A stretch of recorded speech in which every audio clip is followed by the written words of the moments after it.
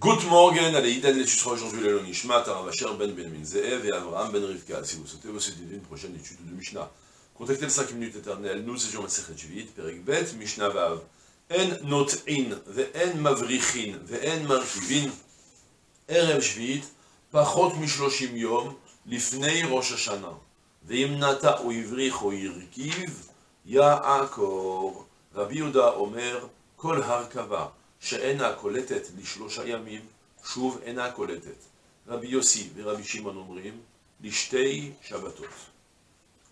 On va s'intéresser dans notre Mishnah à la Arkava des arbres. L'Arkava des arbres, c'est que c'est un croisement d'arbres, mais attention, pas un croisement interdit comme on l'a appris dans Kilaïm. Vous savez que dans les arbres, c'est un travail qui est super fréquent. Peut-être qu'on a l'habitude de s'occuper des arbres, ceux qui font du jardinage chez eux, du jardinage chez eux, peut-être doivent le savoir, qu'il y a une technique, c'est rare de planter un arbre, depuis le début on lui plante une graine et l'arbre il pousse. C'est quelque chose de très... D'abord on achète premièrement, les pousses on les achète dans une mashtela. Dans une mashtela, dans un endroit on a fait pousser on a fait pousser déjà ces premiers petits arbustes. Mais même mieux que ça, c'est une technique très fréquente en général, de prendre un arbuste, et de le planter dans un tronc plus ancien. Genre, tu fais d'abord pousser un premier arbre, tu le coupes, et dans ce tronc, tu vas replanter une même branche de même espèce. Et l'arbre devient beaucoup plus robuste, il a une racine beaucoup plus forte, j'imagine que c'est le fait d'une base beaucoup plus forte, j'imagine que c'est un peu lié à ça, et c'est comme ça que c'est l'usage de faire pour planter des arbres. Ça s'appelle une arkava thaïlande. On croise, j'ai plus le mot là, d'accord, on plante une branche dans un tronc. La Mishnah me dit, ou bien, alors la Mishnah m'enseigne comme ça, d'abord je vous dis à l'oral le principe. On va s'intéresser maintenant à savoir jusqu'à quelle date maximale je peux planter un arbre la veille de la Shemitah. Planter un arbre, ça implique deux actions. Soit tu le plantes concrètement, tu le plantes dans la terre, tu prends un arbre, tu le plantes, ou soit ça implique aussi que tu plantes, donc comme on a dit, la branche dans un arbre. Et le principe, il est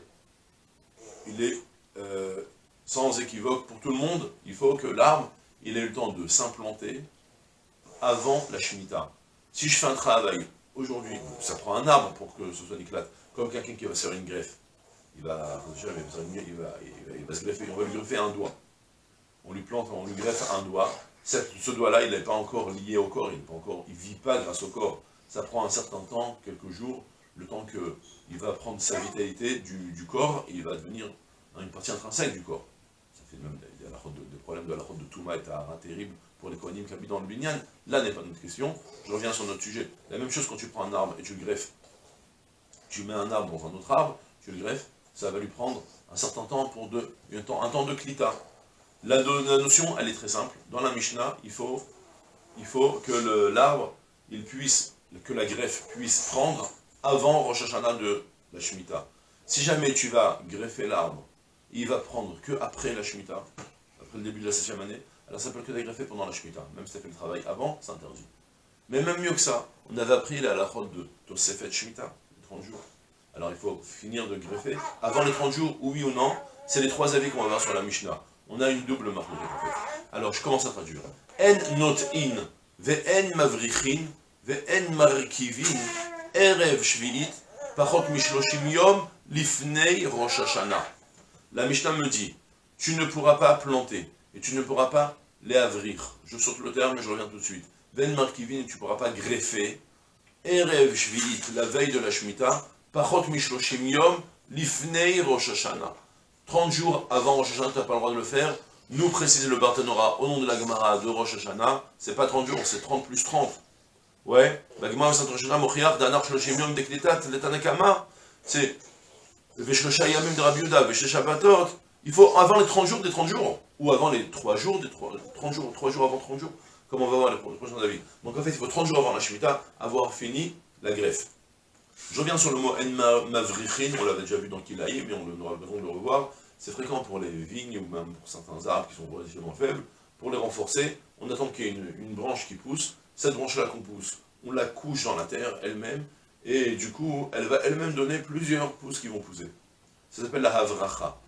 Ouais, ça vient du mot bérer, un genou, parce qu'en fait, on a le sentiment comme si qu'elle se met à genoux, qu'elle se replie.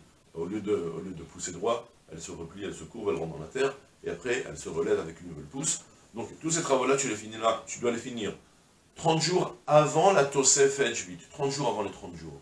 Veimnata o ivrich o irkiv, Yaakov. Et si tu as transgressé, tu l'as fait avant la période permise, tu devras tout déraciner. Tu n'as pas le droit de laisser cet implanté.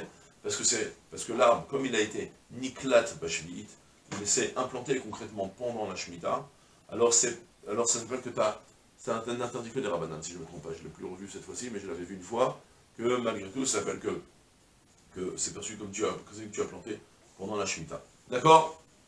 Ensuite, donc Veimnata o ivrich o irkiv, s'il a planté, ou s'il a couché la branche, ou bien irkiv, c'est qu'il les a greffés un avec l'autre, Yaakov, il devra les déraciner. Rabbi Yehuda Omer, Kol Arkava shena koletet, lishlosha yamim, shuvena koletet.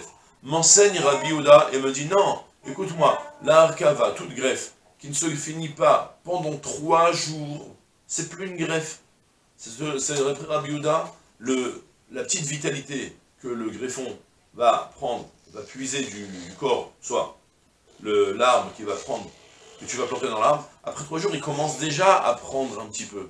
Ça s'appelle que c'est déjà niklat, ça a déjà été capté, ça a déjà été intégré, et ça suffit 3 jours, donc il faut 3 jours avant les 30 jours.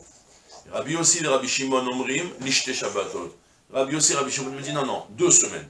Ouais, j'imagine que il n'y a pas de marloquette concrètement sur la Metsiout, sur la réalité, comment ça se passe. J'imagine que c'est une étape, que doucement, ça commence à prendre un petit peu de vitalité, après un peu plus, et après que c'est complètement une partie intégrante de l'arbre.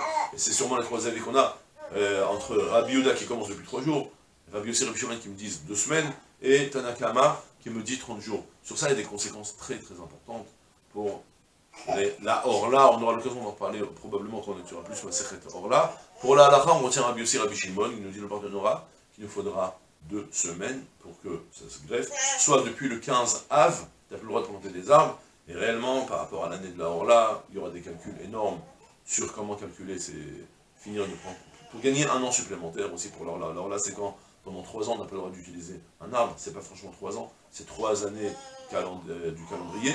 Donc, si tu as sauvé une année précédente, tu as planté avant le 15 Av, c'est considéré que maintenant, le fruit, l'arbre, il a été planté durant 1 an, arrive Rosh Hashanah, c'est déjà la 2e année, et comme ça tu pourras consommer des fruits beaucoup plus tôt. D'accord? C'est tout pour aujourd'hui. Je vous souhaite une journée pleine de Hatzlacha, Kol Tuv, c'est là.